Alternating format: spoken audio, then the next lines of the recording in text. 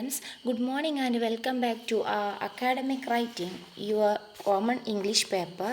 Now we have choosing an appropriate voice. ഒരു academic writing എഴുതുന്ന സമയത്ത് ശ്രദ്ധിക്കേണ്ട കാര്യങ്ങളാണ് നമ്മൾ പറഞ്ഞുകൊണ്ടിരിക്കുന്നത്. അതിലൊരു അപ്രോപ്രിയേറ്റ് വോയിസ് വേണം നമ്മൾ തിരഞ്ഞെടുക്കാനായിട്ട്. എന്താണ് ഇതുകൊണ്ട് ഉദ്ദേശിച്ചത്? ഇതിൽ സിമ്പിളായിട്ട് പഠിച്ചാൽ മതി കേട്ടോ. ഇതിൽ എന്താണ് വെൽ എക്സ്പ്ലെയിൻഡ് ആയിട്ട് കൊടുത്തൊന്നും പഠിക്കേണ്ട. എന്താണ് ചൂസിങ് ആൻ അപ്രോപ്രിയേറ്റ് വോയിസ് എന്ന് പറഞ്ഞതിനോട് എന്താണ് ഇവിടെ ഉദ്ദേശിക്കുന്നത് എന്ന് മാത്രം പഠിച്ചാൽ മതി. അപ്പോൾ നമ്മൾ in whose voice do you speak in an academic work. ഒരു അക്കാദമിക് വർക്ക് എഴുതുമ്പോൾ, ഒരു അസൈൻമെൻറ്റ് എഴുതുമ്പോൾ, അല്ലെങ്കിൽ പ്രൊജക്റ്റ് എഴുതുമ്പോൾ, അല്ലെങ്കിൽ റിസർച്ച് ചെയ്യുന്ന സമയത്ത് നമ്മൾ ആരുടെ വോയിസാണ് ഉപയോഗിക്കേണ്ടത്? ഏത് പ്രോനൗണാണ് നമ്മൾ ഉപയോഗിക്കേണ്ടത്? ഏത് രീതിയിലാണ് അതിൻ്റെ പ്രസൻറ്റേഷൻ എന്നുള്ളതാണ് ഇവിടെ പറയുന്നത്. What are the appropriate pronouns to be used in an academic writing. അപ്പോൾ വോയിസ് എന്നുള്ളതിനോട് ഉദ്ദേശിച്ചത് ഏത് പ്രോനൗണാണ് ഒരു അക്കാദമിക് റൈറ്റിംഗ് എഴുതുന്ന സമയത്ത് നമ്മൾ ഉപയോഗിക്കേണ്ടത് എന്നാണ്. Although there is a wide spread belief that academic writers should maintain objectivity in their approaches and perspectives. This is a very important point. നമുക്കറിയാം അക്കാദമിക് റൈറ്റേഴ്സ് എപ്പോഴും ഒബ്ജക്റ്റിവിറ്റി കീപ്പ് ചെയ്യണം in their approaches and perspectives. അപ്പോൾ appropriate voice എന്ന് പറയുന്ന സമയത്ത് തന്നെ ഈ സാധനങ്ങളൊക്കെ നമുക്ക് ഉപയോഗിക്കാം. ആ ഫോർമേറ്റീവ്, ഒബ്ജക്റ്റീവ്, ഈ സംഭവങ്ങളൊക്കെ നമുക്ക് ഉപയോഗിക്കാം. അപ്പോൾ നമ്മൾ എപ്പോഴും കീപ്പ് ചെയ്യണം ഒരു ഒബ്ജക്റ്റീവ് ആയിട്ടുള്ളൊരു മൂഡിൽ വേണം അക്കാഡമിക് റൈറ്റിംഗ് എഴുതാൻ. ഒബ്ജക്റ്റീവ് ടോണിൽ വേണം അക്കാഡമിക് റൈറ്റിങ്ങുകൾ എഴുതാൻ. What rings at the core of your work is on distinct voice. That is if you are writing persuasive. അപ്പോൾ ഓരോ റൈറ്റിങ്ങിനും ഓരോ രീതിയിലുള്ള ഡിസ്റ്റിങ്ക്റ്റ് വോയിസ് ആയിരിക്കും. നമ്മളൊരു പെർസ്വേസീവ് പീസ്, നമ്മളൊരു ഇൻസ്പയർ ചെയ്യാനുള്ള എന്തെങ്കിലും ഒരു മോട്ടിവേഷണൽ ആയിട്ടുള്ള റൈറ്റിംഗ് ആണ് എഴുതുന്നതെന്നുണ്ടെങ്കിൽ there is a consistent attempt throughout your work to convince the reader that your views are worth considering. അപ്പോൾ നമ്മളെ വ്യൂസ് ശരിയാണെന്ന് ഇങ്ങനെ നമ്മൾ പറയുന്ന ആ സംഭവങ്ങൾ നമുക്ക് സ്ഥാപിക്കണം. അപ്പോൾ വായനക്കാരൻ ആ ഒരു ടോണ് കിട്ടുന്ന രീതിയിൽ വേണം എഴുതാൻ. പക്ഷേ നമ്മൾ still you normally do not use such expressions. പക്ഷെ നമ്മൾ എന്തുപയോഗിക്കാൻ പാടില്ല? I think, in my opinion, and I found that. ഇങ്ങനെയുള്ള വേർഡുകൾ നമ്മൾ അക്കാഡമിക് റൈറ്റിങ്ങിൽ ഉപയോഗിക്കാൻ പാടില്ല. ഇതാണ് ചൂസിങ് ആൻ അപ്രോപ്രിയേറ്റ് വോയിസ് എന്നുള്ളതിൽ ഇമ്പോർട്ടൻ്റ് ആയിട്ട് നോക്കേണ്ടത്. ഏത് പ്രോനൗണാണ് ഉപയോഗിക്കേണ്ടത്, എന്തുപയോഗിക്കാൻ പാടില്ല. ഒരു പെർസ്വേസീവ് റൈറ്റിംഗ് ആണെങ്കിൽ എങ്ങനെ കൺവിൻസ് ചെയ്തുകൊണ്ട് കൊണ്ടുവരണം വായനക്കാരനെ. അപ്പോൾ I think, in my opinion, I found that, ഇതൊന്നും നമ്മൾ ഉപയോഗിക്കാൻ പാടില്ല. In order to make writing more inclusive it is better to write without reinforcing your stake in the work. So it is always better to sound neutral. അതാണ് നമ്മളെപ്പോഴും എങ്ങനെയാണ് വേണ്ടത്? നമ്മളിങ്ങനെ reinforce ചെയ്തുകൊണ്ട് എഴുതുന്നതിലുപരി നമ്മൾ ഒരു ന്യൂട്രൽ ടോണിലാണ് എപ്പോഴും നമ്മൾ അക്കാഡമിക് റൈറ്റിംഗ് എഴുതേണ്ടത്. അപ്പോൾ ഇവിടെ ഈ ഒരു പോയിൻ്റാണ് ഇമ്പോർട്ടൻ്റ് ആയിട്ടുള്ളത്. ന്യൂട്രൽ ടോണിലാണ് എഴുതേണ്ടത്. മറ്റേ അപ്പുറത്തെ സ്ലൈഡിൽ ഇമ്പോർട്ടൻ്റ് ആയിട്ടുള്ളത് എന്താണ്? നെക്സ്റ്റ് ഇവിടെ I think I found that, in my opinion എന്ന രീതിയിലുള്ള ഉപയോഗങ്ങളൊന്നും പാടില്ല. അപ്പോൾ ഒരു ന്യൂട്രൽ ടോണിലാവണം എഴുതേണ്ടത്. Okay. In places where you are need of using personal pronouns better to use third person. നമുക്ക് പേഴ്സണൽ പ്രൊനൗണൊക്കെ ഐ എന്നൊക്കെ ഉപയോഗിക്കേണ്ട സ്ഥലത്ത് ഐ, ഷീ, ഹി എന്നൊക്കെ ഉപയോഗിക്കേണ്ട സ്ഥലത്ത് ആണിനും പ്രയോറിറ്റി കൊടുക്കേണ്ട ഹി ഉപയോഗിച്ചുകൊണ്ട്, സ്ത്രീക്കും പ്രയോറിറ്റി കൊടുക്കേണ്ട ഷീ എന്ന് ഉപയോഗിച്ചുകൊണ്ട് നമ്മളെപ്പോഴും better to use neutral tone. It is better to use a third person. Okay. Third person ഉപയോഗിക്കുകയാണ് ഏറ്റവും ബെറ്റർ. ദേ എന്ന് പറഞ്ഞാൽ ആണിനും പെണ്ണിനും അത് ഫേവർ ചെയ്യില്ല. ആർ പ്രിഫറബിളി പ്ലൂരലും ആവുക. അപ്പം പിന്നൊരു പ്രശ്നവുമില്ല. നമ്മൾ എന്നുള്ള രീതിയിൽ വേണം പ്രയോഗിക്കാൻ. But there are certain assignments that require autobiographic reflective writing and writing that ask your personal views where it become essential to use first person. അങ്ങനത്തെ എഴുത്തുകളാണെങ്കിൽ, ഓട്ടോബയോഗ്രഫിക്കൽ അല്ലെങ്കിൽ റിഫ്ലക്റ്റീവ് ആയിട്ടുള്ള എന്തെങ്കിലും എഴുത്തുകളാണെങ്കിൽ മാത്രം better to use first person, note the point. Academic റൈറ്റിങ്ങിലെ ടോണുകളാണ് കേട്ടോ പറയുന്നത്. അപ്പം ഓട്ടോബയോഗ്രഫിക്കൽ എഴുത്തുകളും റിഫ്ലക്റ്റീവ് റൈറ്റിങ്ങുകളും ആണെങ്കിൽ നമുക്ക് ഏത് ഉപയോഗിക്കാൻ പറ്റും? ഫസ്റ്റ് പേഴ്സൺ ഉപയോഗിക്കാൻ പറ്റും. അല്ലാന്നുണ്ടെങ്കിൽ തേർഡ് പേഴ്സൺ ആണ് ഏറ്റവും better. In other genre of academic writing is advisable to adopt third person plural they for the following reasons. എന്തുകൊണ്ടാണ് തേർഡ് പേഴ്സൺ തന്നെ ഉപയോഗിക്കാൻ പറ്റുള്ളൂ എന്ന് പറയാൻ കാരണം A third person perspective A visions broader audience. ഇതൊരു ലാർജ് ഓഡിയൻസിനെയാണ് ഫോക്കസ് ചെയ്യുന്നത്. ദേ എന്ന് പറഞ്ഞാൽ എന്നേന്നോ അല്ലെങ്കിൽ നിന്നേന്നോ അല്ലെങ്കിൽ അവളേന്നോ അവനേന്നോ ഉദ്ദേശിക്കുന്നില്ല. എന്താണ് ഉദ്ദേശിക്കുന്നത്? ബ്രോഡർ ഓഡിയൻസ്, ഒരു വൈഡ് ആയിട്ടുള്ള ഓഡിയൻസിനെയാണ് അത് ഉദ്ദേശിക്കുന്നത്. അപ്പോൾ ഇത് ഇമ്പോർട്ടൻ്റ് ആണ് കേട്ടോ. എന്തുകൊണ്ടാണ് ഈ ഒരു തേർഡ് പേഴ്സൺ പ്രോനൗൺ ഉപയോഗിക്കാൻ കാരണം, ചൂസ് ചെയ്യാൻ കാരണം എന്നുള്ളത്, അതിൻ്റെ കാരണങ്ങളാണ് ഈ പറയുന്നത്. Third person perspective envisions a broader audience. It help you to assure the reader that the topic of your work of interest not only to you. ഇത് നമ്മൾ ഒരാളെ മാത്രമല്ല പറയുന്നത്, എല്ലാവരും കൂടി പറയുന്നതിനോട് ടോപ്പിക് ഓഫ് ദ എല്ലാവർക്കും അത് വായിക്കുമ്പോൾ നമ്മളോടാണെന്നുള്ള തോന്നും. The use of plural form help you to make your writing general neutral. നമ്മൾ എഴുതുന്ന ജെൻഡർ ബയാസ് ഇല്ലാതെ അല്ലെ, ജെൻഡർ പാർഷ്വാലിറ്റി ഇല്ലാതെ നമ്മൾ എഴുത്തുകളാവാനും ഇത് സഹായിക്കും. ഓക്കെ അല്ലേ? പിന്നെ your academic work bear testimony to your way of looking at a subject although you maintain an amount of neutrality in the way you explain things. Whatever is the voice in the next or the pronouns used, one thing is crucial. Your voice in academic assignments should sound educated or well informed and sophisticated and rational. അപ്പോൾ ഇനി വോയിസിൽ ഈ ഒരു പോയിൻ്റാണ് പിന്നെ not ചെയ്ത് വെക്കേണ്ടത് കേട്ടോ. Your voice in academic assignments, ഇതൊക്കെ ഒരു കണ്ണിങ് ആയിട്ട് വേണം പഠിക്കാൻ. ഇതെല്ലാം കൂടി വാരി വലിച്ച് കാണാതെ പഠിക്കേണ്ട ആവശ്യമില്ല. അപ്പം ഞാൻ പറഞ്ഞ പോയിന്റ് മാത്രമാണ് the voice of academic writing എന്നുള്ളതിൽ നിങ്ങൾ പഠിക്കേണ്ടത്. പിന്നെ അക്കാഡമിക് റൈറ്റിങ്ങിൻ്റെ വോയിസ് എഡ്യൂക്കേറ്റഡ് ആവണം, വെൽ ഇൻഫോംഡ് ആവണം, സോഫിസ്റ്റിക്കേറ്റഡ് ആവണം, റേഷണൽ ആവണം, ബുദ്ധിപൂർവ്വമുള്ള സംഭവങ്ങളാവണം. എന്തെങ്കിലും വലിച്ച് വാരി എഴുതിയ ചെയ്യാൻ പാടില്ല. Look at the following sentences and see which one sound appropriate for ഏതാണ് ഏറ്റവും ചോസബിൾ എന്നുള്ളതാണ് താഴെയുള്ള പോയിൻറ്റ്സിലുള്ള. While pursuing this project, I went through a lot of materials from magazines, newspapers, and internet sites, but I found them to be unreliable as they did not provide proof for the claims and they did not give details of their authors. ഇതാണ് നമ്മളിപ്പോൾ ഒരു പ്രൊജക്റ്റിന് വേണ്ടിയിട്ട് നമ്മൾ ഒരു കുറേ മെറ്റീരിയലിലൂടെ നമ്മൾ പോകുമ്പോൾ മാഗസിന്, news paper, internet site, ഇതിലൂടെയൊക്കെ പോകുമ്പോൾ നമുക്ക് തോന്നുകയാണ് ഇതൊക്കെ അൺറിലയബിൾ ആണ്, ഇതൊന്നും വിശ്വാസയോഗ്യമല്ല, ഇതൊന്നും പ്രൂഫ് പ്രൊവൈഡ് ചെയ്യുന്നില്ല എന്ന് തോന്നുകയാണെങ്കിൽ they did not give details of their authors, അവർ ഡീറ്റെയിൽസും കൂടെ തരുന്നില്ല എന്നുണ്ടെങ്കിൽ നമുക്ക് അത് ഉപയോഗിക്കേണ്ട ആവശ്യമില്ല. മനസ്സിലായോ? അപ്പോൾ നമ്മൾ ഒരു സംഗതി കിട്ടുന്ന സമയത്ത്, ഒരു സംഭവം എഴുതുന്ന സമയത്ത് അതിൽ വ്യക്തമായ തെളിവുണ്ടോ, റിലയബിൾ ആണോ, വിശ്വസിക്കാൻ പറ്റുമോ, അങ്ങനത്തത് മാത്രമേ എന്ത് ചെയ്യാൻ പാടുള്ളൂ, നമ്മൾ എഴുതാൻ പാടുള്ളൂ എന്നാണ് ഇവിടെ ഉദ്ദേശിച്ചത് കേട്ടോ. പിന്നെന്താണ് നെക്സ്റ്റ് പോയിൻ്റ് എന്താണ്? When we collect data for our project, we are likely to stumble upon many sources within our surroundings like newspaper articles, magazines, issues and website and so on. നമ്മളൊരു പ്രൊജക്റ്റിന് വേണ്ടിയിട്ട് ഡാറ്റ കളക്ട് ചെയ്യുന്ന സമയത്ത് നമ്മൾ പല സ്ഥലത്തും പല സ്ഥലത്തും നമ്മൾ ചികഞ്ഞ് നോക്കുന്ന സമയത്ത് സ്റ്റംബിൾ അപ്പോൺ, നമ്മൾ കൂട്ടിമുട്ടും അല്ലേ, നമ്മൾ തടയും. എവിടെ? നമ്മളെ സറൗണ്ടിങ്സിലുള്ള പേപ്പർ, ആർട്ടിക്കിൾ, മാഗസിന്, വെബ്സൈറ്റ്, ഇതെല്ലാം നമ്മൾ തിരയേണ്ടതുണ്ട്. പിന്നെ when using a source it's better for us to check if they are reliable material. അപ്പോൾ നമ്മളെപ്പോഴും എന്താ ചെയ്യേണ്ടത്? നമ്മൾ എടുക്കുന്ന ഈ മെറ്റീരിയൽസൊക്കെ റിലയബിൾ ആണോ എന്നുള്ളതാണ് നമ്മളെപ്പോൾ ചെക്ക് ചെയ്യേണ്ടത്. നമ്മൾക്ക് ഉപയോഗിക്കാൻ പറ്റുമോ, വിശ്വസിക്കാൻ പറ്റുമോ എന്നുള്ളതാണ് നമ്മൾ ശ്രദ്ധിക്കേണ്ടത്. റിലയബിൾ മെറ്റീരിയൽസ് ആണോ? And see if they get evidence for the claims made in them and if they give us details of the author. നമുക്ക് ഓതറിനൊക്കെ കിട്ടുന്നുണ്ടോ, നല്ല രീതിയിലാണോ ഇതിൻ്റെ എവിഡൻസ്, നമ്മൾ എടുക്കുന്ന ഡാറ്റ വിശ്വസിക്കാൻ പറ്റുമോ എന്നുള്ളതാണ് നമ്മളെപ്പോഴും സെർച്ച് ചെയ്യേണ്ടത് എന്നാണ് ഉദ്ദേശിച്ചത് കേട്ടോ. പിന്നെ during the hunt of the gathering materials one may come across a lot of works in sources like internet, newspapers and magazines. One cannot rely on them as one may not know if the claims made in them are reliable and sometimes one may not find the details of the authors. വിശ്വസിക്കാൻ പറ്റാത്ത ഡാറ്റകൾ എടുക്കരുത് തന്നെ വീണ്ടും പറയാണ്. Information available in such sources as internet, news paper and magazines cannot be relied upon mainly because because these sources do not often provide evidence of the claims made. Internet, പത്രങ്ങൾ, മാഗസിന് തുടങ്ങിയ സോഴ്സുകൾക്ക് അതിലൊന്നുള്ളത് നമ്മൾ വ്യക്തമായിട്ട് അങ്ങോട്ട് ഉറപ്പിച്ച് ആശ്രയിക്കാനാവില്ല. കാരണം ഉറവിടങ്ങൾ പലപ്പോഴും തെളിവ് നൽകാറില്ല, അല്ലെങ്കിൽ അതിൻ്റെ ഓതേഴ്സിന് അവർ പുറത്ത് കാണിക്കാറില്ല. അങ്ങനെ ആകുമ്പോൾ അത് നമുക്ക് എടുക്കാൻ ബുദ്ധിമുട്ടാവും എന്നാണ്.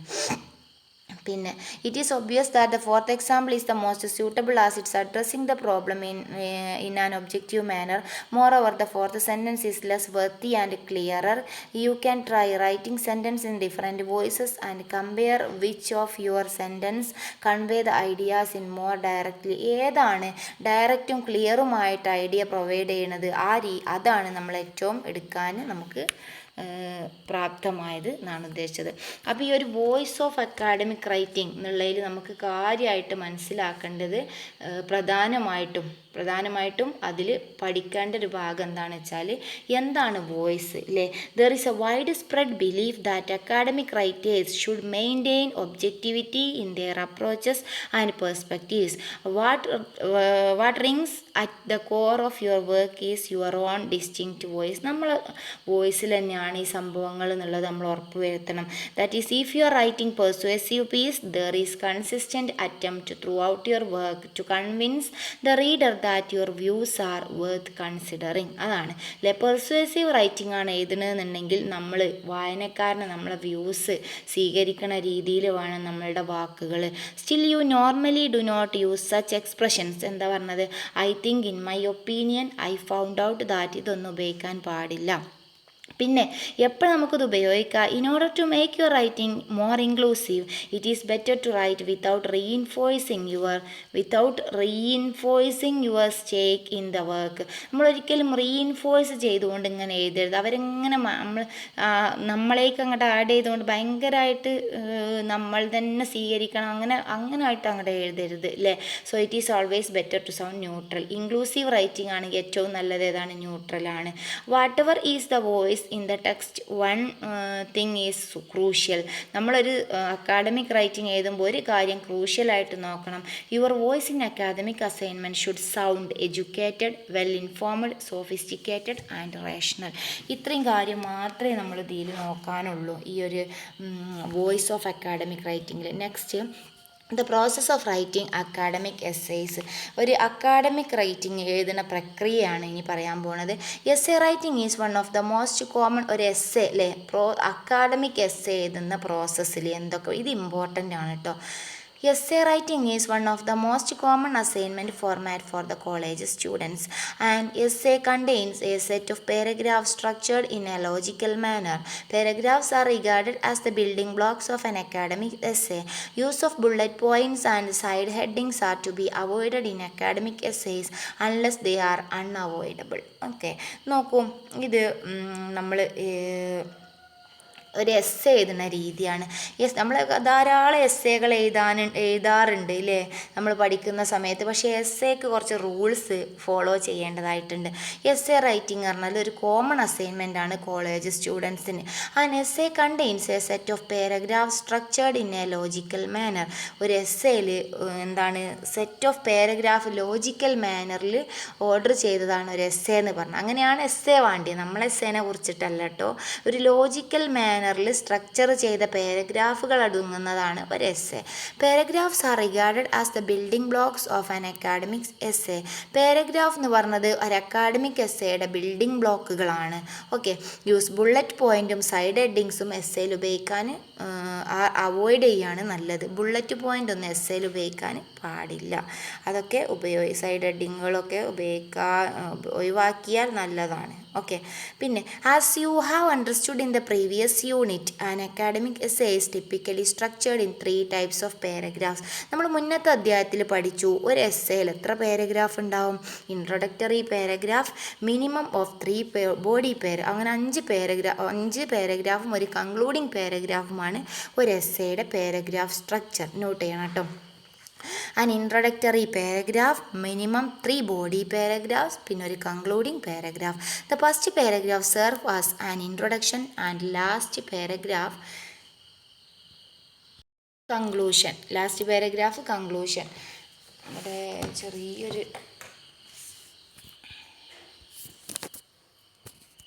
ആ പേജ് നമ്പർ 42 നമ്മൾ സ്ലൈഡിൽ വിട്ടു പോയിട്ടുണ്ട് കേട്ടോ. എന്നാലും ഞാൻ പറയാം, നിങ്ങൾ ശ്രദ്ധിച്ചാൽ മതി. പിന്നെ ലാസ്റ്റ് പാരഗ്രാഫ് കൺക്ലൂഷൻ ആണ്. You are expected to follow the structure when you answer essay writing questions in your examination. The central idea of an essay is called its thesis statement. അപ്പോൾ ഒരു എസ്സേൻ്റെ സെൻട്രൽ ഐഡിയ, ആ പോയിൻ്റൊക്കെയാണ് കേട്ടോ ഓർത്ത് വെക്കേണ്ടത്. ഒരു എസ്സേയുടെ central idea എന്ന് പറഞ്ഞാൽ thesis statement ആണ്. This thesis statement normally appears in the introductory pair. അപ്പോൾ ഇത് എപ്പോഴും വരുന്നൊരു ക്വസ്റ്റ്യൻ ആണ്. തീസിസ് സ്റ്റേറ്റ്മെൻറ്റ് എവിടെയാണ് വരിക? ഇൻട്രൊഡക്ടറി പാരഗ്രാഫിലാണ് വരിക. എപ്പോഴും എക്സാമിന് വരുന്ന ക്വസ്റ്റ്യൻ ആണ് കേട്ടോ. ഇമ്പോർട്ടൻ്റ് ആണ്. ഇപ്പോൾ പറയുന്ന കാര്യങ്ങൾ ഇമ്പോർട്ടൻ്റ് ആണ്. എന്തൊക്കെ ഇപ്പോൾ പറയണുള്ളൂ? ഒരു എസ്സേക്ക് എത്ര ഭാഗങ്ങളുണ്ട്? ഇൻട്രൊഡക്ടറി പാരഗ്രാഫ്, 3 ബോഡി പാരഗ്രാഫ്, പിന്നെ ഒരു കൺക്ലൂഷൻ. അതിൽ ഫസ്റ്റ് പാരഗ്രാഫാണ് ഇൻട്രൊഡക്ഷൻ, ലാസ്റ്റ് പാരഗ്രാഫാണ് കൺക്ലൂഷൻ. പിന്നെ തീസിസ് സ്റ്റേറ്റ്മെൻറ്റ് ഒരു എസ്സേയുടെ സെൻട്രൽ ഐഡിയ ആണ്. ആ തീസിസ് സ്റ്റേറ്റ്മെൻറ്റ് എവിടെയാണ് വരിക എന്നുള്ളൊരു ക്വസ്റ്റ്യൻ ആൻസർ ആണ് ഇൻട്രൊഡക്ടറി പാരഗ്രാഫിലാണ് ഒരു തീസിസ് സ്റ്റേറ്റ്മെൻറ്റ് വരിക. ഓക്കെ അല്ലേ? Besides this thesis statement and its explanation, the introductory paragraph gives relevant background information on the topic. അപ്പോൾ ഇൻട്രൊഡക്ഷനിൽ വരണം നമ്മളെ ഓൾ കഥയിലുള്ള ഓൾ ടോപ്പിക്കിലുള്ള മെയിൻ ആയിട്ടുള്ള കാര്യം എവിടെ വരണം? ഇൻട്രൊഡക്ഷനിൽ വരണം അല്ലേ? ഓൾ ബാക്ക്ഗ്രൗണ്ട് ഇൻഫർമേഷൻസും ടോപ്പിക്കിനെ കുറിച്ചിട്ടുള്ള ഇൻട്രൊഡക്ഷനിലാണ് വരേണ്ടത്. The introduction also gives hints on the ideas that are used to support the main idea in the essay. ഇൻട്രൊഡക്ഷനിൽ താഴെയുള്ള ഈ പറഞ്ഞത് തന്നെയാണ് കേട്ടോ. ലീഡിങ് പാരഗ്രാഫുള്ള മെയിൻ ഐഡിയനെ സപ്പോർട്ട് ചെയ്യുന്ന ആ രീതിയിലുള്ള ഐഡിയാസ് വേണം മെയിനായിട്ടുള്ള ഇൻട്രൊഡക്ഷനിൽ.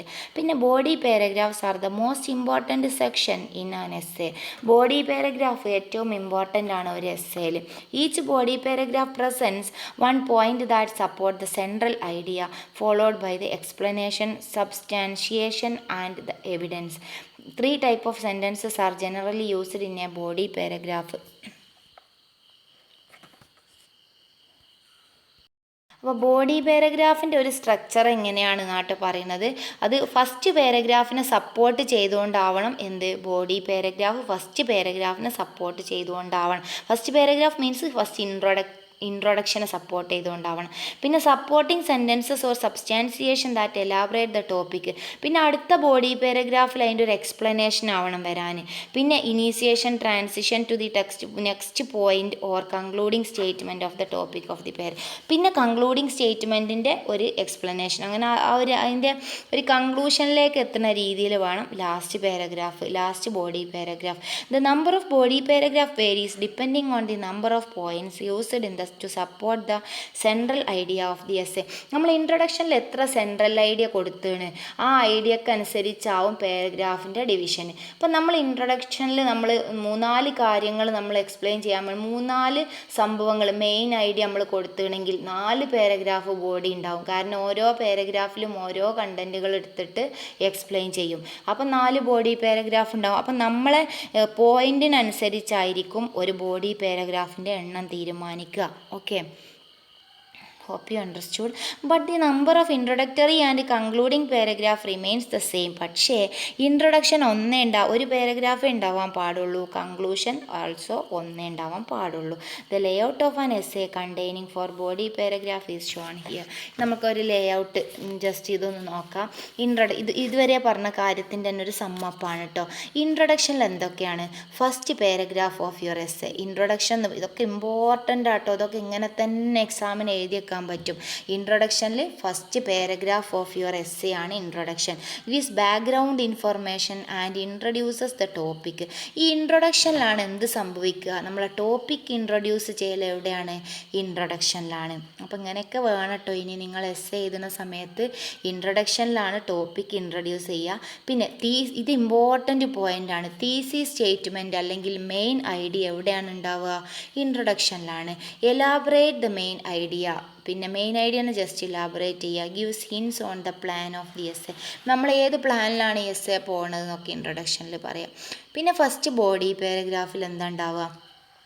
Focuses on the first supporting idea, contains a topic sentences to present the supporting idea. അപ്പോൾ ഒരു ഫസ്റ്റ് സപ്പോർട്ടിങ് ഇപ്പോൾ നമ്മൾ കുറേ ഐഡിയാസ് ഇൻട്രൊഡക്ഷനിൽ കൊടുത്തിട്ടുണ്ടാവും. അതിൽ ഫസ്റ്റ് സെൻട്രൽ ഐഡിയനെ സപ്പോർട്ട് ചെയ്തുകൊണ്ടുള്ള പാരഗ്രാഫാണ് first body paragraph. Contains a topic sentence to present the supporting idea, substantiate or explain the അതിനെ സബ്സ്റ്റാൻഷിയേറ്റ് ചെയ്യുക, അതിനെ എക്സ്പ്ലെയിൻ ചെയ്യുക ഒക്കെ ഫസ്റ്റ് പാരഗ്രാഫിൽ. Indicate transition to the next idea. പിന്നെ രണ്ടാമത്തേക്ക് പോവുകയാണ് എന്ന് പറഞ്ഞിട്ട് സെക്കൻഡ് പാരഗ്രാഫ്.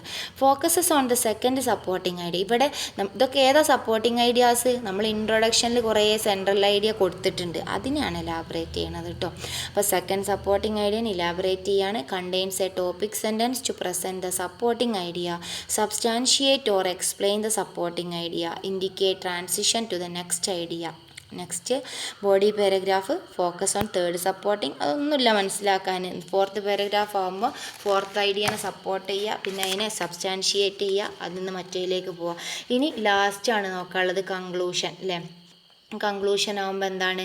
ലാസ്റ്റ് പാരഗ്രാഫാണ് conclusion. Return or rephrases the thesis statement. അതാണ് നമ്മൾ തീസിസ് സ്റ്റേറ്റ്മെൻറ്റ് പറഞ്ഞാൽ മെയിൻ ഐഡിയ. അപ്പോൾ 4-5 പാരഗ്രാഫിലായിട്ട് മെയിൻ ഐഡിയ എക്സ്പ്ലെയിൻ ചെയ്ത് എഴുതിയാണ്. പിന്നെ അതിനെ റീഫ്രേസ് ചെയ്യുക എവിടെ നിന്നാണ്? കൺക്ലൂഷനിൽ നിന്നാണ്. Does not introduce any new ideas. കൺക്ലൂഷനിൽ പോയിട്ട് പിന്നെ ന്യൂ ഐഡിയ ഇൻട്രൊഡ്യൂസ് ചെയ്യാൻ പറ്റുമോ? ഇല്ല. ഇൻട്രൊഡ്യൂസ് ചെയ്യലൊക്കെ എവിടെ നിന്ന് കഴിയണം? മെയിൻ പാരഗ്രാഫിൽ നിന്ന്, മീൻസ് ഇൻട്രൊഡക്ഷന് കഴിയണം. ഓക്കെ, മെയിൻ പാരഗ്രാഫ് അല്ല, ഇൻട്രൊഡക്ഷൻ അല്ലെങ്കിൽ തീസിസ് സ്റ്റേറ്റ്മെൻറ്റ് നടക്കുന്നിടത്തു നിന്ന് കഴിയണം. Summarize the supporting ideas. കൺക്ലൂഷനിൽ എന്തേ പാടുള്ളൂ? അതുവരെ കഴിഞ്ഞ കാര്യങ്ങളുടെ ഒരു സമ്മറൈസേ പാടുള്ളൂ. കൺക്ലൂഡിങ് സ്റ്റേറ്റ്മെൻറ്റും ഫൈനൽ തോട്ടും നമുക്ക് മെസ്സേജായിട്ട് അവിടെ വെക്കാൻ പറ്റും. The steps involved in writing an essay are the same as the steps in any other academic writing assignment. They include pre writing, writing and revising. You will learn more about the process of writing in the upcoming units. നോക്കൂ, ഇവിടെ ഒരു important ആയിട്ട് ഇനി നമ്മൾ പഠിക്കാൻ പോണത് steps in planning an essay. ഒരു essay plan ചെയ്യുന്ന സമയത്ത് എന്തൊക്കെ അതിൽ ഉൾപ്പെടാം? Steps in any other academic writing assignment. ഏതിലായാലും ഒരു റൈറ്റിംഗ് അക്കാദമിക് റൈറ്റിങ്ങിന് എത്ര സ്റ്റെപ്പുകളുണ്ട് എന്നുള്ളതാണ് നെക്സ്റ്റ് നമ്മൾ പറയാൻ പോണത്. Pre writing, writing and revising, ഇങ്ങനെയാണ് 3 എണ്ണം. നോക്കൂ, steps in planning and essay. Understand the pre writing. നമ്മളൊരു എസ്സേ എഴുതാൻ തുടങ്ങുമ്പം എന്തൊക്കെ നമുക്കറിയണം? ക്വസ്റ്റ്യൻ എന്താണെന്ന് അറിയണം. കാരണം നമുക്കറിയാം അല്ലേ, എന്താണ് അതിൽ ക്വസ്റ്റ്യൻ എന്താ? ഇലാബറേറ്റ് എന്നാണോ, ക്രിറ്റിസൈസ് എന്നാണോ, എക്സ്പ്ലെയിൻ എന്നാണോ, ഡിസ്ക്രൈബ് എന്നാണോ എന്നുള്ള ഈ ഒരു ഇൻസ്ട്രക്ഷൻ വേർഡ് നമ്മൾ നിർബന്ധമായിട്ടും അറിഞ്ഞിരിക്കണം. Understand the question. Topic, purpose and audience. Topic നമ്മൾ നല്ല ബോധം ഉണ്ടാവണം, പർപ്പസ് അറിയണം, ഓഡിയൻസിന് അറിയണം. Use pre writing techniques like brainstorming, clustering, mind mapping or outlining to list and organize your ideas. ഈ പ്രീ റൈറ്റിംഗ് ടെക്നിക്കുകളായിട്ടുള്ള pre writing, clustering, mind mapping ഒക്കെ നമുക്ക് ഉപയോഗിക്കാൻ പറ്റും. If your instructor has given you a question, convert the question into topic. If the topic is given by the instructor, convert the topic into a question. നമ്മളെ guide ഒരു ക്വസ്റ്റ്യനാണ് തന്നതെന്നുണ്ടെങ്കിൽ അതിനെ എന്താക്കി മാറ്റണം? ഇൻസ്ട്രക്ടർ ഒരു ക്വസ്റ്റ്യനാണ് തന്നെങ്കിൽ convert the question ഒരു ടോപ്പിക്കാക്കി മാറ്റണം. അയാളൊരു ടോപ്പിക്കാണ് തന്നതെന്നുണ്ടെങ്കിൽ അതിനൊരു ക്വസ്റ്റ്യൻ, അപ്പോൾ അതിനെ അനലൈസ് ചെയ്തുകൊണ്ട് വേണം എഴുതാൻ എന്നാണ് ഉദ്ദേശിച്ചത് കേട്ടോ.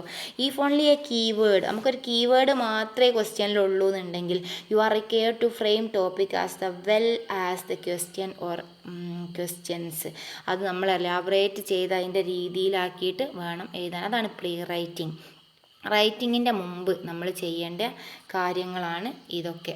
ഓക്കെ, പിന്നെ identify sources, gather relevant materials. നമ്മളെടുക്കുന്ന സോഴ്സൊക്കെ എന്താണ്? നമ്മൾ റെലവൻ്റ് ആയിട്ടുള്ള മെറ്റീരിയലിൽ നിന്നാണോ എടുത്തത് എന്നുള്ള ഐഡൻറ്റിഫൈ ചെയ്യണം. പ്രിപ്പയർ ഒരു ഔട്ട്ലൈന് തയ്യാറാക്കണം. ഒരു logical ordering of ideas, cluster ideas four paragraph. ഒരു പാരഗ്രാഫിൽ എന്ത് വരണം, ഏത് രീതിയിൽ എഴുതണം എന്നുള്ളത് ഡിസൈഡ് ചെയ്യണം. Identify the thesis statement identify ചെയ്യണം. ഇങ്ങനത്തെ ഒക്കെ ഒരു പ്രീ റിക്വസിറ്റ്സ്, ഇങ്ങനത്തെ ഒക്കെ ഒരു എഴുതുന്നതിൻ്റെ മുന്നേ ഇത്രയും കാര്യങ്ങൾ ശ്രദ്ധിക്കണം എന്നാണ് കേട്ടോ ഉദ്ദേശിച്ചത് എഴുതുന്നതിൻ്റെ. അപ്പോൾ എന്തൊക്കെയാണ് എന്തൊക്കെയാണ്? അണ്ടർസ്റ്റാൻഡ് ദ ക്വസ്റ്റ്യൻ മനസ്സിലാക്കണം, പർപ്പസ് മനസ്സിലാക്കണം, ഓഡിയൻസിനെ മനസ്സിലാക്കണം. പ്രീ റൈറ്റിങ്ങിൽ വരുന്ന പോയിൻ്റ് ആട്ടോ ഞാൻ പറയുന്നത്. നോട്ട് ചെയ്ത് വെച്ചാൽ നിങ്ങൾക്ക് 3 മാത്രം പഠിച്ചാൽ മതി. വെറുതെ എലാബറേറ്റ് ചെയ്ത് പഠിക്കേണ്ട ആവശ്യമൊന്നുമില്ല. എന്തൊക്കെയാണ് പഠിക്കേണ്ടതെന്ന് ഞാൻ പറയുന്നുണ്ട്. Pre writing: understand the question, purpose and audience, use techniques like brain storming, outline, organise, identify the sources, order the ideas. Sources ഉപയോഗിക്കണം, പിന്നെ ഓർഡർ ചെയ്യണം ഐഡിയാസിനെ, ഐഡൻറ്റിഫൈ ദ തീസിസ് സ്റ്റേറ്റ്മെൻറ്റ്. ഇത്രയാണ് പ്രീ റൈറ്റിങ്ങിലുള്ളത്. നെക്സ്റ്റ് നോക്കൂ, റൈറ്റിംഗ്. ഇത് ഇമ്പോർട്ടൻ്റ് ആട്ടോ. ഒരു കാരണവശാലും ഇത് അവോയ്ഡ് ചെയ്യാൻ പാടില്ല, ലീവ് ചെയ്യാൻ പാടില്ല. റൈറ്റിങ്ങിൽ എന്താ പറയുക? Frame the thesis statement and list the main points or supporting ideas. അപ്പോൾ നമ്മൾ തീസിസ് സ്റ്റേറ്റ്മെൻറ്റ് ഇൻട്രൊഡക്ഷനിൽ എഴുതണം, നമുക്കറിയാം. അപ്പോൾ അതിന് വേണ്ടിയിട്ട് അതിൽ മെയിൻ പോയിൻ്റൊക്കെ നമ്മൾ റെഡി ആക്കിയിട്ട് അതൊരു ലിസ്റ്റ് ചെയ്യണം, സോർട്ട് ചെയ്ത് വെക്കണം എഴുതാൻ തുടങ്ങുന്നതിൻ്റെ മുന്നേ. എഴുതാൻ തുടങ്ങുന്നതിൻ്റെ മുന്നേ ഈ കാര്യങ്ങൾ ഇതാക്കി വെക്കണം. Draft the introductory paragraph. അങ്ങനെ ഇൻട്രൊഡക്ടറി പാരഗ്രാഫ് ആദ്യം എഴുതണം. ഡ്രാഫ്റ്റ് ഈച്ച് ബ്രോഡി പാരഗ്രാഫ് വിത്ത് സപ്പോർട്ടിംഗ് പോയിൻറ്റ്സ്. അങ്ങനെ ഈ ഡ്രാഫ്റ്റ് എന്തൊക്കെയാണോ തീസീസിൽ എഴുതിയത് അതിനനുസരിച്ച് വേണം ബോഡി പാരഗ്രാഫുകൾ എഴുതാൻ, അല്ലേ? അതിൻ്റെ സബ്സ്റ്റാൻസിയേഷനും അതിൻ്റെ ട്രാൻസിഷനും കൊടുക്കാൻ. പിന്നെ ഡ്രാഫ്റ്റ് ദ കൺക്ലൂഡിങ് പാരഗ്രാഫ്. അതൊക്കെയാണ് എഴുതുക എന്നുള്ള പ്രക്രിയയിൽ പെടുക. പ്രീ റൈറ്റിങ്ങിൽ സംഭവങ്ങളൊക്കെ കളക്ട് ചെയ്യുക, പിന്നെ ബ്രെയിൻ സ്റ്റോം ചെയ്യുക, സോഴ്സ് നല്ല സോഴ്സാണോ കിട്ടുന്നത്, സ്ഥലം എന്നൊക്കെ നോക്കിയൊക്കെ ഉണ്ടാക്കി വെക്കുക. പിന്നെ എഴുതുന്ന സമയത്ത് തീസീസ് ഇൻട്രൊഡക്ഷനിൽ കൊടുക്കുക, പിന്നെ അതിനെ എലാബറേറ്റ് ചെയ്യുക, കൺക്ലൂഡ് ചെയ്യുക. പിന്നെ റിവൈസിങ് ആണ് നെക്സ്റ്റ് കേട്ടോ. റിവൈസിങ് എന്താണ്? Edit and revise your essay. നമ്മൾ എഴുതിയ സാധനങ്ങളൊക്കെ ഒന്നുകൂടി വായിച്ചു നോക്കുക. ഗ്രാമർ ക്യാപിറ്റൽ ലെറ്റർ, പങ്ക്ച്വേഷന്, സ്പെല്ലിങ് ഇതൊക്കെ ശരിയാണോ, അല്ലേ? റിവൈസിങ്ങിൽ എന്തൊക്കെയല്ലേ? Edit, revise, check grammar, spelling, punctuation. ഇത്രയേ ഉള്ളൂ ഇതിൽ.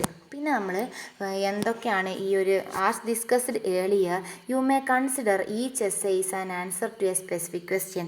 This question is sometimes called critical question. Your essay is an answer to the question posed to you by your instructor or examiner. Sometimes a question is framed by yourself based on the topic given to you. For example, if your instructor asked you to write an essay raging in college campus, your first step involved deciding which aspects of ragging in college campus. അപ്പോൾ ഏത് ആസ്പെക്ട്സിലാണ് deal ചെയ്തത്? What according to frame critical question ഉണ്ടാക്കണം. A list of sample critical questions ഉണ്ടാക്കണം. They may be answered in the form of an essay. എന്നിട്ട് അതൊക്കെ ഒരു answer ചെയ്യണം. ഒരു ആൻസർ ക്വസ്റ്റ്യൻ്റെ രീതിയിൽ വേണം ആ ഒരു കോളേജ് റാഗിങ്ങിനെ കുറിച്ചിട്ട് എസ്സേ എഴുതാൻ എന്നാണ് പറഞ്ഞത് കേട്ടോ. അപ്പോൾ എന്തൊക്കെ അതിൽ നമുക്ക് ഉൾപ്പെടുത്താൻ പറ്റും? Why do senior rag the juniors in the college. അപ്പോൾ നമ്മളിപ്പോൾ ഒരു എസ്സേ എഴുതുമ്പോൾ റാഗിങ്ങിനെ കുറിച്ച് എഴുതണമെന്നുണ്ടെങ്കിൽ നമ്മൾ എന്തൊക്കെ എഴുതും? എന്തുകൊണ്ടാണ് ഇങ്ങനെ ചെയ്യണത്, സീനിയേഴ്സ് റാഗ് ചെയ്യണത്? What are the usual motifs behind. എന്താണ് അതിൻ്റെ ഒരു മോട്ടീവ്? എന്തോ ഒരു ഈഗോ സംഭവങ്ങളൊക്കെ ഉണ്ടാവും, അല്ലേ? What are the ways in which ragging is usually. ഏതൊക്കെ രീതിയിലാണ് റാഗിങ്ങൾ പല സ്ഥലത്തും നടക്കുന്നത്? അതിൻ്റെ ഇഫക്റ്റ് എന്താണ്, അല്ലേ? ഫ്രഷേഴ്സ് റാഗിങ് എങ്ങനെയാണ് അത് അഫക്റ്റ് ചെയ്യണത്? What are the positive. എന്തൊക്കെയാണ് അതിൽ പോസിറ്റീവ് ആൾട്ടർ? അതിൽ പോസിറ്റീവും ഉണ്ട്, കാരണം കുട്ടികൾക്കൊരു ധൈര്യം, അങ്ങോട്ടും ഇങ്ങോട്ടുള്ള ഒരു ബന്ധമൊക്കെ അതിലൂടെ ഉണ്ടാവും, അല്ലേ? If there any difference in the way ragging is done by the male and female students, അല്ലേ? ഇതിൽ ഏത് രീതിയിലാണ് റാഗ് ചെയ്യുന്ന ഫീമെയിൽസിന് ഇതൊക്കെ. What happens to the sensational ragging cases reported from the college across the country. നമ്മുടെ രാജ്യത്ത് നേരിടുന്ന റാഗിങ്ങിനാൽ ഉണ്ടായിട്ടുള്ള ഇമ്പാക്റ്റുകളെ കുറിച്ചിട്ട് എഴുതുക. പിന്നെ എന്തൊക്കെയാണ് UGC അതിന് പറയുന്ന കാര്യങ്ങൾ, കോളേജ് ക്യാമ്പസിൽ ഏത് രീതിയിൽ അത് എഫക്റ്റീവ് ആക്കാം. How effective are UGC's measure to curb ragging in the college campus. ഇങ്ങനത്തെ കാര്യങ്ങളൊക്കെയാണ് അതിൽ ആ എസ്സേയിൽ നമ്മൾ ഉൾപ്പെടുത്തേണ്ടതെന്നായിട്ട് പറഞ്ഞത്. പിന്നെ topic suggestions, ragging and college campus in Kerala, perspective ragging in Kerala college സ്മോട്ട്. ഇതൊക്കെ എന്തൊക്കെയാണോ നമുക്ക് കിട്ടുക അതൊക്കെ എഴുതണം. അതൊക്കെ സത്യമാവണം എന്നുള്ളത് കേട്ടോ ഉദ്ദേശിച്ചിട്ടുള്ളൂ. അപ്പോൾ ഒരു എക്സാമ്പിൾ വെറുതെ പറഞ്ഞേന്നുള്ളൂ. ഇനി പ്രീ റൈറ്റിങ്ങിൽ വരുന്ന കുറച്ച് സ്റ്റെപ്പുകളുണ്ട്, അതാണ് ഇനി നോക്കേണ്ടത് കേട്ടോ. പ്രീ റൈറ്റിങ്ങിൽ ബ്രെയിൻ സ്റ്റോമിങ്, അല്ലേ? അപ്പോൾ നമുക്കറിയാം പ്രീ റൈറ്റിംഗ് ആക്ടിവിറ്റീസ് എന്ന് പറഞ്ഞാൽ എഴുത്തിൻ്റെ മുന്നേ നമ്മൾ എന്തൊക്കെയാണ് ചെയ്യേണ്ടതെന്ന്. അപ്പോൾ നോട്ട് ചെയ്യട്ടോ. അണ്ടർസ്റ്റാൻഡ് ദ ഓഡിയൻസ് പർപ്പസ് എന്നാണ് പ്രീ റൈറ്റിങ്ങിൽ നമ്മൾ പറഞ്ഞത് അല്ലേ. Before starting an essay, pre writing activities are the preliminary steps before starting to write your essay. ശരിക്കും ശ്രദ്ധിക്കണം കേട്ടോ, നല്ല മനസ്സിലാവുള്ളൂ. പ്രീ റൈറ്റിംഗ് ആക്ടിവിറ്റി എന്ന് പറഞ്ഞത് ഒരു പ്രിലിമിനറി സ്റ്റെപ്പാണ്, സ്റ്റാർട്ടിംഗ് സ്റ്റെപ്പാണ് ഒരു എസ്സേ എഴുതാൻ തുടങ്ങുന്നതിൻ്റെ മുന്നേ. This activities will help you to fine tune your topic, gather ideas and organize, decide the order in which the ideas are to be presented. ഈ കാര്യങ്ങളൊക്കെ ഇവിടുന്ന് തീരുമാനിക്കും. ഐഡിയ ഗ്യാദർ ചെയ്യും, ഓർഗനൈസ് ചെയ്യും, എവിടൊക്കെ ഐഡിയാസ് വെക്കണം എന്നൊക്കെ തീരുമാനിക്കൽ പ്രീ റൈറ്റിങ്ങിലാണ്. It is in the pre writing stage that you understand your ഓഡിയൻസിനെ മനസ്സിലാക്കും. As you have already understood, any instance of language use for communication proceeds and awareness of the intended possible reader. നമ്മൾ ആ language ടോണുകൾ അതിനനുസരിച്ച് വാക്കും. Listener in order to allow your audience to decode the message encoded in your communication. നമ്മൾ encode ചെയ്യണ communication മറ്റവർക്ക് decode ചെയ്യാൻ പറ്റുന്ന രീതിയിലാണോ എന്നുള്ളത് നമ്മൾ ഓഡിയൻസ് നമ്മൾ മനസ്സിലാക്കണം. You need to adapt yourself to your audience. Unlike the audience of other means of communication, the audience of an academic writing paper is often learned people, students or instruction.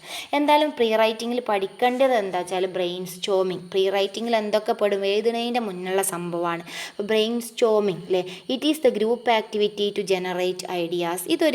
ഇത് എപ്പോഴും 2 മാർക്കിൻ്റെ question വരാറുണ്ട് കേട്ടോ. It is the group activity to generate ideas generate ചെയ്യാനുള്ളൊരു group ആക്ടിവിറ്റിയാണിത്. Okay. Brainstorm around the keyword, make list of keywords ഉണ്ടാക്കുക, subdivide topic into different points അല്ലേ, list out as many ideas as possible. എല്ലാവർക്കും divide ചെയ്തിട്ട് എത്രത്തോളം കിട്ടുമോ അതൊക്കെ അത്രയും കളക്ട് ചെയ്യുക എന്നാണ് ഉദ്ദേശിച്ചത്. അപ്പോൾ എന്താണ്, brainstorming is a group activity conducted at the beginning of a project to generate ideas. ഒരു പ്രൊജക്റ്റ് എഴുതുന്ന സമയത്ത് ഐഡിയാസ് ജനറേറ്റ് ചെയ്യാൻ വേണ്ടിയിട്ട് ഉപയോഗിക്കുന്ന ഒരു ഗ്രൂപ്പ് ആക്ടിവിറ്റിയാണ് brainstorming. In business and organizational context, brainstorming is used to generate innovative business ideas and sometimes to find ways to address problems, challenges or conflict. അതിൽ business ഐഡിയാസൊക്കെ ചിലപ്പം കാണാൻ വേണ്ടിയിട്ട് അപ്പം പ്രോബ്ലം അഡ്രസ്സ് ചെയ്യും, challenge, conflict ആ രീതിയിലൊക്കെ നമ്മൾ എടുക്കാനായിട്ട്. Brainstorming can be great use as pre writing technique. Brainstorming ഒരു പ്രീ റൈറ്റിംഗ് ടെക്നിക്കാണ്. Before you start writing it is essential to gather ideas and get into the heart of your subject. The following activities will help to generate ideas for your essay. താഴെയുള്ള സംഭവങ്ങളൊക്കെ എന്തൊക്കെയാണ്, ഈ ഒരു പോയിൻ്റാണ് കേട്ടോ. അത് points മാത്രം ഓർത്തിച്ചാൽ മതി. Brain Storm around the keyword, brain Storm ചെയ്യേണ്ടത് കീവേഡിനെ ഇതാക്കിക്കൊണ്ടാണ്. പിന്നെ മേക്ക് ലിസ്റ്റ്, കീവേഡിൻ്റെ ഒരു ലിസ്റ്റുകൾ ഉണ്ടാക്കണം. ഇതൊക്കെ എഴുതുന്നതിൻ്റെ മുന്നുള്ള കാര്യം കേട്ടോ. പിന്നെ ടോപ്പിക്ക് സബ് ഡിവൈഡ് ചെയ്തിട്ട് വ്യത്യസ്ത പോയിൻറ്റുകൾ എടുക്കണം, ലിസ്റ്റ് ഔട്ട്. പിന്നെ താഴെ ലിസ്റ്റ് ഔട്ട് ചെയ്യുക, കിട്ടിയ പോയിൻ്റൊക്കെ ലിസ്റ്റ് ഔട്ട് ചെയ്യുക. ഇത്രയാണ് ഇതിലുള്ളത്. പിന്നെ organising and outlining. Writing your essay may become A disquieting experience if you start writing without a well prepared outline. Outline ഉണ്ടാക്കണം എന്ന് ഇവിടെ ഉള്ളൂ കേട്ടോ, അത് കുറേ പറയാനില്ല. ഓർഗനൈസിങ് ആൻഡ് ഔട്ട്ലൈനിങ് ആണ് logical ordering of the ideas cunning ആയിട്ട് വേണം ഓർഡർ ചെയ്യാൻ. Keep thesis statement handy. ഒരു തീസിസ് സ്റ്റേറ്റ്മെൻറ്റ് നമ്മൾ കയ്യിൽ എഴുതി തന്നെ ഉണ്ടാക്കി വെക്കണം. ഡിസൈഡ് കീ സബ് ടോപ്പിക്സ്, എന്നിട്ട് സബ് ടോപ്പിക് ഉണ്ടാക്കണം. എന്നാൽ ഈ സബ് ടോപ്പിക്കിൽ നിന്നൊക്കെ നമുക്ക് ബോഡി പാരഗ്രാഫ് എലാബറേറ്റ് ചെയ്ത് എഴുതാൻ പറ്റും. പിന്നെ collect and keep ready sources, എപ്പോഴും റെഡി സോഴ്സസ് കളക്ട് ചെയ്ത് വെക്കണം. ഇത്രേ ഉള്ളൂ. അപ്പം keep your thesis statement ready, organizing and ഔട്ട്ലൈനിൽ പെടുന്നതാണ് കേട്ടോ. അതൊക്കെ പ്രീ റൈറ്റിങ്ങിലാണ്. പിന്നെ കീ സബ് ടോപ്പിക്കുകളൊക്കെ ഡിസൈഡ് ചെയ്യണം. പിന്നെ കളക്ട് റെഡി സോഴ്സസ്, കോട്ടിങ്, അങ്ങനത്തെ സംഭവങ്ങളൊക്കെ കളക്ട് ചെയ്ത് വെക്കണം. ഇതൊക്കെ കഴിഞ്ഞിട്ട് എഴുതാൻ പറ്റുള്ളൂ അല്ലേ. Decide the order of presenting the sub topic, ഏത് രീതിയിലാണ് സബ് ടോപ്പിക്ക് പ്രസൻറ്റ് ചെയ്യേണ്ടതെന്ന് തീരുമാനിക്കണം. പിന്നെ പോയിൻ്റ് ഡിവൈഡ് ചെയ്യണം. Finally everything together using a method convenient to you, നിങ്ങൾക്ക് കൺവീനിയൻ്റ് ആയിട്ടുള്ളൊരു മെത്തേഡിൽ അവസാനം എഴുതാം. It is always better to use illustrations for your outline. എപ്പോഴും ഇലിസ്ട്രേറ്റീവ് മെത്തേഡ് രീതിയിലാണ് നമ്മൾ ഉപയോഗിക്കാറുള്ളത്. അപ്പോൾ ഇത്രയാണ് ഈ ഒരു പോയിന്റുകളിലുള്ളത്. ഇനി നമുക്ക് നെക്സ്റ്റ് ക്ലാസ്സിലെടുക്കാൻ ബാക്കി. Okay, thank you. Hope you understood.